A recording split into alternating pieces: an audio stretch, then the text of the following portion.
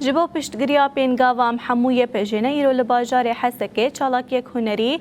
ji aliyê Hilala Zêrîn ve hate lidarxistin tê de pêşengehek tabloyên hunerî hate vektirin di tabloyan de zêdetir bal hate kişandin ser rol û têkoşîna şervanên yê pêjê û keziyên jinên Kurd her wekî şanoya pêt û ar û tola keziyan jî hate nîşandan.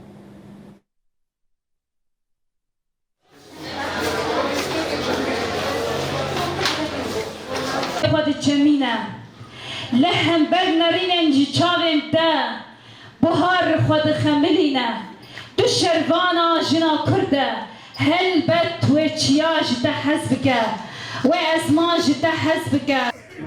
براستی ماج وک کمپانیا پشگرتیا یه پجی ماج حشتی مه دست بگیریه باجار حمله پشگردی باجار دیرکه دربیسی قامشلو حسکه باجار سرکه و حمله دارخینن به شانو کزی شانو دوا پیتو آگر و هنا جي بردوام حملايا جبرجو ام حمله بجي جبر ام بشقرتيا قوات اخواني عسكري تايبت بجي ام بقرد جبر حكومة دمكي هندري يعني حركة جن قبولناك جبرجو قبولناك ام تكوشين دك جبر تشتكتنا بيتكوشين ناجي جي خوا ناجري ام جيت بيجن ام يتكوشين بكن حطاني ام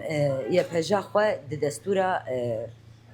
دستورا حكومتي دي بتجيبكن ام جي بانك ما حموش جنار هي قبشقرتيا في باراستني بقرن يا بجاخوا بقرن جبرجو ام بشقرتيا وينكن وني مسوقر كرن دهندري دستورا سوري دي تشت تزكفتيك إيرو جماع قزنش كرني وجد سمهرا شخوا وكيرو كونسرتا لهات دارخستين جبو بجيرتيا حملة بيجي شخوا حملة كو دست بكريش حشتي مه دست بكري حاضرتيش بو واندات كرن بروفات شخوا وكيرو كوميشانو كوما غوفندي هات دارخستين همجي موزيك بون شخوا امجي وكي هلالا زين بجيرتيا ددن وان يبجي وحرجنا كدني كو إيرو رو ویری جیما کو نقبول کرنا یه پجید نوا خود دگره امجی قبول نکن جبر ویجی